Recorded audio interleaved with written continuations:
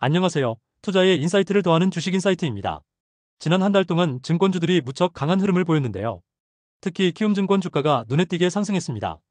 한 달 전만 해도 주가가 14, 15만 원 선이었는데 최근 18만 원을 넘어서더니 오늘은 거의 20만 원에 육박하고 있습니다. 불과 몇 주 사이에 30% 넘게 오른 셈인데요. 도대체 어떤 일이 있었던 걸까요? 오늘은 키움증권의 최근 주가 급등 배경과 주요 뉴스, 재무제표로 보는 실적 분석, 그리고 경쟁사와 업계 동향까지 이야기해 보겠습니다. 우선 최근 키움증권 주가 상승의 배경부터 살펴보겠습니다. 가장 큰 요인은 증시 활황입니다. 최근 코스피 지수가 연일 상승하며 증권주 전반에 대한 투자 심리가 크게 살아났어요. 실제로 지난 5월 중순 이후 증권업종 지수가 가파르게 올라 한 달 새 30% 넘는 상승률을 기록하기도 했습니다. 코스피가 2800선을 돌파하고 3년 반 만에 2900선에 근접하는 등 시장이 달아오르자 증권사 주식들이 수혜를 본 겁니다. 외국인 투자자들의 대규모 순매수가 계속된 점도 증시에 활기를 불어넣었는데요. 이러한 증시 강세 속에서 키움증권 같은 증권주들이 함께 탄력을 받았습니다. 또 한편으로 증권주들이 저평가 매력에 주목받기 시작한 것도 있습니다. 증권사들의 실적은 생각보다 견조한데 주가는 오랫동안 낮은 수준에 머물렀다는 평가가 있었거든요. 실제로 주요 증권사들의 올해 예상 ROE가 10% 안팎인데도 PBR은 0.6배 정도에 불과하다는 분석이 있습니다. 키움증권의 경우만 봐도 작년 ROE가 17%를 넘는 업계 최고 수준이었지만 주가가 장부 가치의 60% 정도밖에 평가받지 못했어요. 이번 증권주 랠리에서 이런 점이 부각되면서 너무 싸게 거래되어 왔구나 하고 인식이 바뀐 것이죠. 주가가 많이 올랐지만 여전히 밸류에이션 매력이 남아있다는 전문가 의견도 나옵니다. 정책적인 기대감도 한몫했습니다. 내년 대선을 앞두고 자본시장 활성화 공약들이 나오고 있는데요. 가령 배당소득 분리과세와 같은 주식시장, 친화 정책이 거론되면서 앞으로 정부 정책이 증시를 지원해줄 것이다라는 기대가 커졌습니다. 이런 정책 수혜 가능성이 투자 심리를 더욱 끌어올리면서 증권주 랠리에 기름을 부었다는 분석입니다. 자, 그럼 이제 키움증권 자체의 이슈와 실적을 하나씩 짚어보겠습니다. 먼저 최근 실적부터 확인해 볼까요? 키움증권은 2025년 1분기 실적을 지난 4월 말에 발표했는데요. 결과가 생각보다 좋았습니다. 연결 기준 1분기 영업이익이 약 3,255억 원, 그리고 순이익은 약 2,353억 원을 기록했어요. 순이익만 보면 작년 1분기보다 약 4% 줄어든 수치인데 애널리스트들이 예상했던 수준을 오히려 7%가량 웃돌면서 예상치를 넘어선 실적을 내놨습니다. 증시 거래대금이 작년보다는 다소 줄어든 상황이었는데도 선방한 건데요. 특히 브로커리지, 그러니까 주식 중개 수수료를 벌어들이는 위탁 매매 부문 이익이 1,411억 원으로 작년 동기 대비 6.9% 늘었습니다. 개인 투자자들의 활발한 거래에 덕을 본 셈이지요. 여기에 더해 기업금융 IB 수수료나 트레이딩 부문 수익도 개선되면서 전반적으로 양호한 성적을 거두었습니다.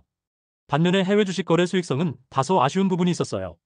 키움증권이 고객 유치를 위해 해외 주식 수수료 무료 이벤트를 공격적으로 벌였는데 이 영향으로 1분기 해외 주식 브로커리지 수수료 수익이 전분기보다 약 15% 감소했다고 합니다. 실제로 거래 자체는 크게 늘었지만 리워드 프로그램으로 수수료를 안 내고 거래한 고객이 많았던 탓에 수익으로 연결되지 못한 거죠. 키움증권 관계자도 무료 이벤트 대상 고객들의 거래가 급증해 약정 금액이 늘었지만 마진은 줄었다고 설명했는데요. 물론 이렇게 모인 신규 고객들이 앞으로 충성 고객이 되어 중장기적으로 수익을 올려줄 가능성은 있지만 단기적으로는 수익성 희석 요인이 된 겁니다. 이처럼 해외 주식 투자 열풍으로 경쟁이 치열해지는 상황에서 키움증권도 수익원 다변화의 필요성을 절감하고 있습니다. 그럼 키움증권이 향후 어떤 전략을 준비하고 있는지도 알아볼까요? 가장 눈에 띄는 것은 해외 사업 확장 계획입니다. 키움증권은 한국 투자자들의 미국 주식 투자 수요가 폭발적으로 늘어나자 미국 현지에 직접 법인을 설립하는 방안을 추진 중입니다. 필요한 경우 현지 증권사 인수합병까지 검토하면서 투트랙 전략으로 올해 안에 미국 시장에 진출하려는 큰 그림을 그리고 있어요. 글로벌 금융 중심지인 미국에서 직접 사업을 펼치면서 해외 주식 중개 서비스의 경쟁력을 한층 강화하려는 것으로 보입니다. 이미 지난해 10월에는 싱가포르에 자산운용 자회사를 세우기도 했는데 이렇게 해외 거점을 확보해 글로벌 비즈니스로 영역을 넓히려는 움직임입니다. 국내 사업에서도 신사업 진출을 모색하고 있습니다. 퇴직연금과 단기금융업 같은 분야가 대표적이에요. 특히 발행어음 사업에는 많은 증권사들이 관심을 가지고 있는데 키움증권도 적극 참여할 준비를 하고 있습니다. 발행어음이라는 것은 자기 신용으로 단기 자금을 조달해 운용할 수 있는 사업으로 자본금이 큰 초대형 증권사들만 할 수 있는데요. 금융당국이 올해 말에 신규 사업자 지정을 추진해서 2026년부터 발행어음 업무를 시작할 전망입니다. 현재 삼성증권, 메리츠증권, 신한투자증권, 하나증권, 그리고 키움증권이 발행어음 사업 인가를 노리고 있다는 소식이 있습니다. 키움증권으로서도 새로운 수익원을 마련할 수 있는 기회이기 때문에 관심을 갖는 것이겠죠. 이 밖에도 퇴직연금 시장 강화나 종합자산관리 계좌 IMA 같은 분야도 증권업계에서 주목하고 있는 만큼 키움증권도 이러한 흐름에 발맞춰 사업 다각화를 추진할 것으로 보입니다. 여기서 잠깐 경쟁사들과 업계 동향도 함께 비교해 볼까요? 올해 1분기 실적을 보면 증권사마다 희비가 엇갈렸습니다. 미래에셋증권이나 한국투자증권 같은 대형사는 채권 운용과 자산 관리로 순이익이 20~50%씩 크게 늘며 깜짝 실적을 냈어요. 반면 키움증권은 앞서 말씀드린 대로 순이익이 약간 줄었고 KB증권이나 하나증권, 대신증권 등도 작년보다 부진해서 대형사들만큼은 못했습니다. 그렇지만 작년에 적자까지 났던 몇몇 중소형 증권사들은 부동산 PF 충당금 부담이 줄어서 올해 다시 흑자 전환에 성공하기도 했습니다. 즉 증권업계 전반을 보면 탄탄한 자본력을 가진 몇몇 대형 증권사가 앞서가고 있지만 중소형사도 일시적 반등은 한 모습입니다. 특히 눈여겨볼 점은 새로운 경쟁자들의 부상입니다. 바로 핀테크 증권사들인데요. 대표적인 예로 토스증권을 들 수 있습니다. 출범한 지 몇 년 안 된 토스증권이 엄청난 성장세를 보이고 있어요. 올해 1분기 토스증권의 영업이익이 832억 원으로 전년 동기 대비 576% 폭증했다는 소식이 전해졌습니다. 모바일에 익숙한 MZ세대를 중심으로 쉬운 주식 투자 앱을 내세워 고객을 빠르게 끌어모은 결과입니다. 토스뿐 아니라 카카오페이 증권 등 IT 플랫폼 기반 증권사들이 제로, 수수료와 편리한 UX를 앞세워 개인 투자자 시장을 파고드는 중입니다. 심지어 전통 증권사인 메리츠증권마저 공격적인 행보를 보이고 있는데요. 메리츠증권은 내년까지 주식 거래 수수료를 전면 무료화하겠다고 선언하며 리테일 고객 유치전에 뛰어들었습니다. 실제로 이러한 파격 정책 이후 메리츠증권의 개인 고객 예탁 자산이 크게 늘었다고 합니다. 이렇게 경쟁사들이 수수료 인하 경쟁과 혁신적인 서비스로 치고 나오면서 키움증권도 긴장을 늦출 수 없는 상황입니다.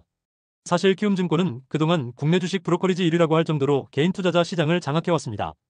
온라인 증권 투자가 대중화되던 초창기부터 영웅문이라는 트레이딩 시스템으로 개인들에게 큰 사랑을 받았고 주식거래 점유율에서 항상 상위권을 지켜왔죠. 그 덕에 2020-2021년 동학개미운동 시기엔 엄청난 실적을 올리기도 했습니다. 하지만 이제는 지형 변화가 나타나고 있습니다. 앞서 말한 새로운 경쟁자들이 등장하고 주식 수수료 자체가 무료로 낮아져가는 추세다 보니 키움증권도 예전처럼 브로커리지 수익에만 의존해선 안 되는 상황이 됐습니다. 다행히 회사 측도 이런 변화를 인식하고 있어 앞서 말씀드린 해외 진출이나 신사업 진출, 그리고 자산관리 강화 등으로 사업 모델 혁신을 추진하고 있습니다. 즉, 브로커리지 명가에서 벗어나 종합금융투자회사로 발돋움하겠다는 전략이라고 볼 수 있겠습니다. 이어서 주주환원 정책에 대해서도 이야기해볼까요? 키움증권은 올해 주가 상승에 크게 기여한 요소 중 하나로 적극적인 주주환원을 들 수 있습니다. 주주환원이란 건 말 그대로 주주들에게 이익을 돌려주는 행보인데 키움증권이 최근 이에 꽤 힘을 썼어요. 먼저 배당입니다. 키움증권은 매년 배당금을 꾸준히 늘려왔는데 작년 주당 배당금이 7,500원으로 전년보다 약 10% 증가했습니다. 최근 5년간 연평균 배당 성장률이 무려 30%에 달할 정도로 배당을 빠르게 높여왔어요. 작년 기준으로 보면 별도 재무제표 당기순이익의 약 31%를 배당과 자사주, 소각 등으로 주주들에게 환원했다고 합니다. 덕분에 배당주로서의 매력도 가지고 있죠. 또 하나는 자사주 매입 및 소각 결정입니다. 키움증권은 지난 4월 18일 공시를 통해 약 350억 원 규모의 자사주 30만 주를 장내에서 추가 매입한 뒤 전량 소각하기로 했다고 밝혔습니다. 소각이라는 것은 자기 주식을 아예 없애버리는 거라서 주식수가 줄어들어 남은 주식의 가치가 높아지는 효과가 있습니다. 키움증권은 원래도 자기 주식을 약 69만 주 갖고 있었는데 이번에 산 30만 주를 더해 총 99만 주가량을 내년 3월까지 모두 소각할 예정이라고 해요. 이러한 결정은 주주가치 제고 의지를 강력히 보여주는 것이어서 투자자들의 환영을 받았습니다.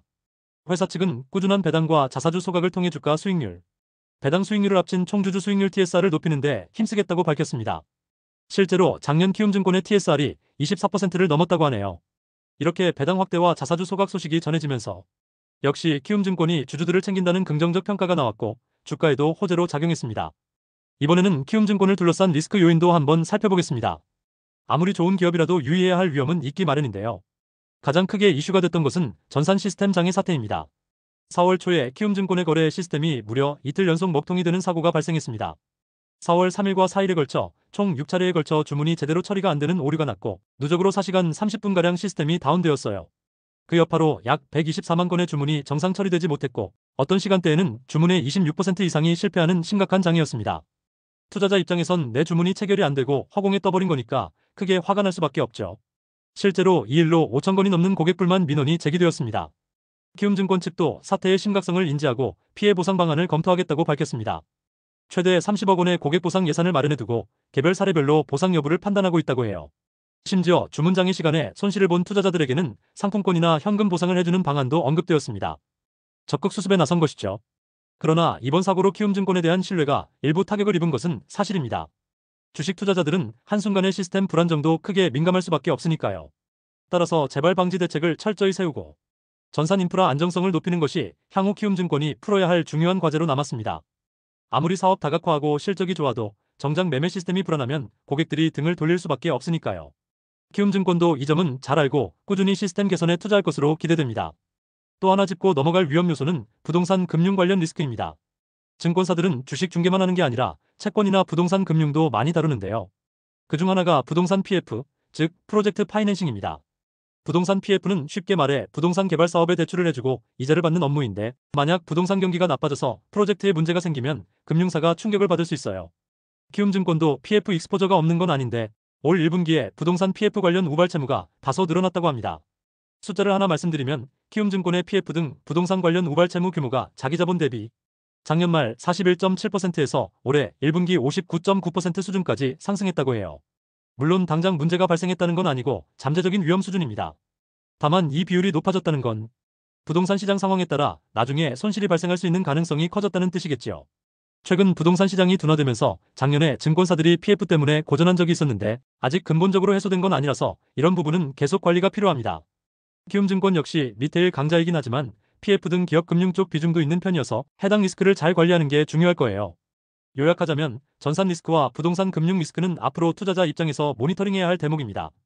자, 이렇게 키움증권을 다각도로 분석해봤습니다. 그렇다면 향후 전망은 어떨까요? 우선 업황 측면에서 보면 긍정적인 시그널이 많습니다. 최근 증시 거래 대금이 회복되고 있고 정부 정책도 자본시장 친화적으로 기대되며 금리도 작년에 비해 안정되고 있어 증권사들에게 우호적인 환경이 조성되고 있어요. 예를 들어 금리가 하락하면 증권사들은 보유 채권 가치 상승으로 채권 운용 이익이 늘어나는 효과를 보는데, 실제로 올해 2분기 들어 시장 금리가 떨어지면서 증권사들의 채권 관련 수익이 개선될 거란 전망이 나옵니다. 또 5월 기준 일평균 주식 거래 대금이 20조 원을 넘어서 전월 대비 13% 증가하는 등 유동성 회복 조짐도 뚜렷합니다. 이렇게 거래가 늘면 키움증권 같은 브로커리지 강자들은 당연히 수혜를 볼 수밖에 없습니다.